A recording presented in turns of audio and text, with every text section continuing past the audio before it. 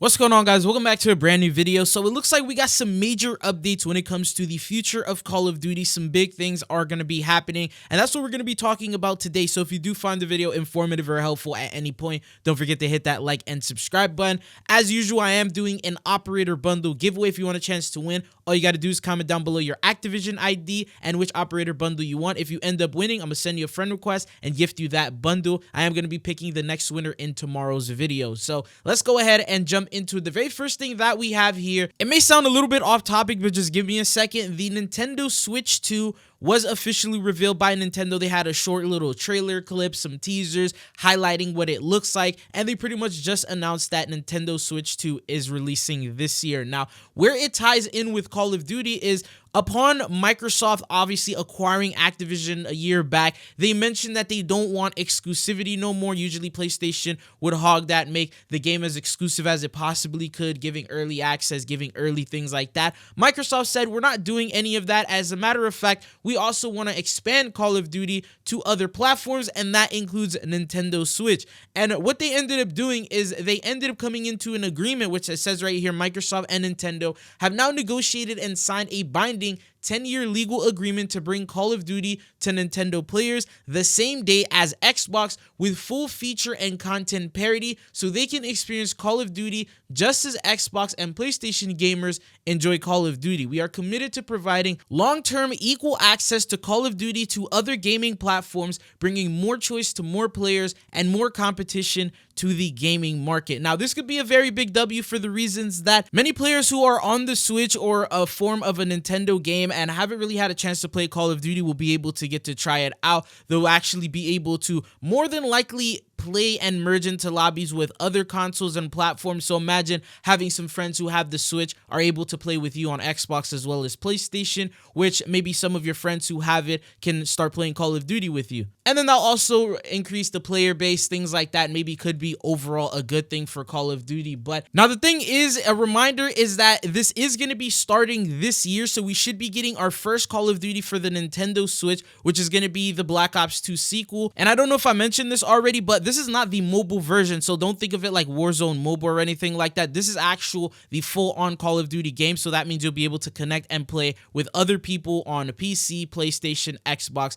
and in those types of servers. But it could definitely go two ways. It could be something really amazing and a very big thing for Call of Duty overall, or this could be something absolutely horrible. Potential server problems, Nintendo Switch glitches, errors, and things like that. Maybe the game will be completely unplayable on the Switch. Obviously, problems will end up arising because this is something that they're trying for the first time. So we'll have to wait and see how that plays out. But what are your thoughts and opinions on this? But going on to the next thing that we have now, this is actually where we start getting into the big future updates for Call of Duty. So according to Charlie Intel, he says that Microsoft hoped the Activision acquisition would attract more developers to use Microsoft's Azure servers for gaming, but Activision still uses Google Cloud and Amazon Web Services and not Microsoft Azure, even after the Microsoft acquisition. So the fact is, they were hoping that they would maybe switch over. They asked these studios to make the switch, but it looks like it's not something that they, I guess, did right away or wanted to do right away.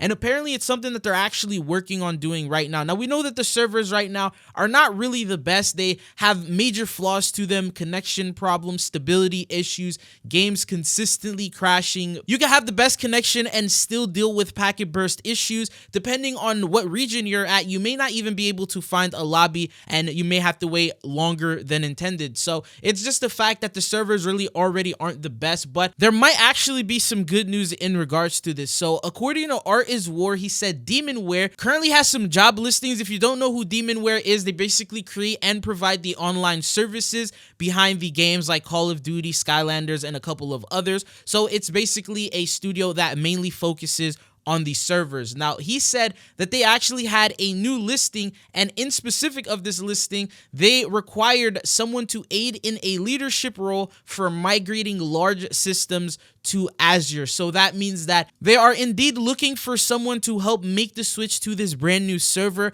Now, the thing is, I went ahead and Googled this. Obviously, Demonware works with quite a couple of different games, so I'm thinking maybe it doesn't have to do anything with Activision, but when you search up that Demonware listing, you'll see that it takes you to the Activision website to where that listing is available, and apparently it was already taken, so someone ended up getting the job, and it's something that they're currently working on at the moment. Now, this unfortunately is not something that's going to happen within like a couple days, within a week, within a month. It's going to be something that's going to take a little bit of time, and they're slowly but surely going to get it over to Microsoft Azure. Now, I'm hoping that this is for the best. Maybe we're going to see some major differences compared to what we currently have in the game. I mean, even when you compare it to Warzone 1, we were told that jumping into Warzone 2 would make the game a lot better, but it's actually made it a lot worse. And the fact is, maybe this could be something that could save the game. So this could provide better stability, better connection, more server points and data centers, and faster queue times. There's people out there that are unable to queue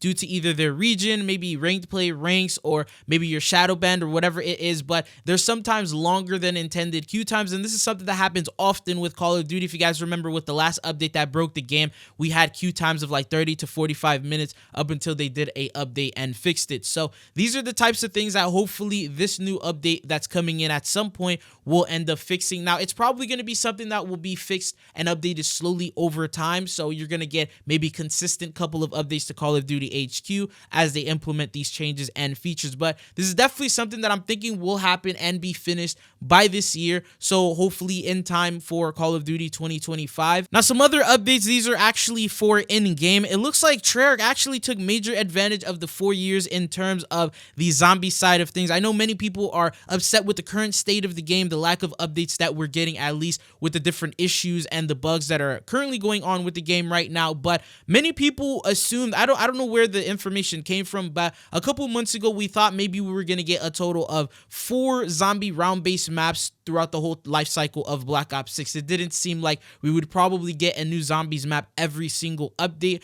but it's actually looking like that's not the case. And Ghost of Hope ended up replying, and he said no idea where this idea that they moved a whole round-based zombies map up because of the backlash of the game. It isn't true. Season 2 was always gonna have a map release. And then someone said an idea if there's still 4 maps planned for the whole season, meaning that only 2 of them would be left, so we would have a big gap in seasons 3 and 4. And he says there's more than 2 left. That's all I can say. I am not allowed to speak further on it. So we're probably going to be getting a new zombies map every single season, and I feel like that just makes the most amount of sense. The current schedule that we're on right now, to where we have a new zombies map every massive title update, is I think a big W. It keeps the zombies mode fresh, and especially when those of us who don't want to deal with cheaters or hackers, overall multiplayer and Warzone, you can always group up, squad up with some friends and jump into zombies, and it's a little bit more reliable in terms of the stability and the things that are going on compared to the other games. But what are your thoughts and opinions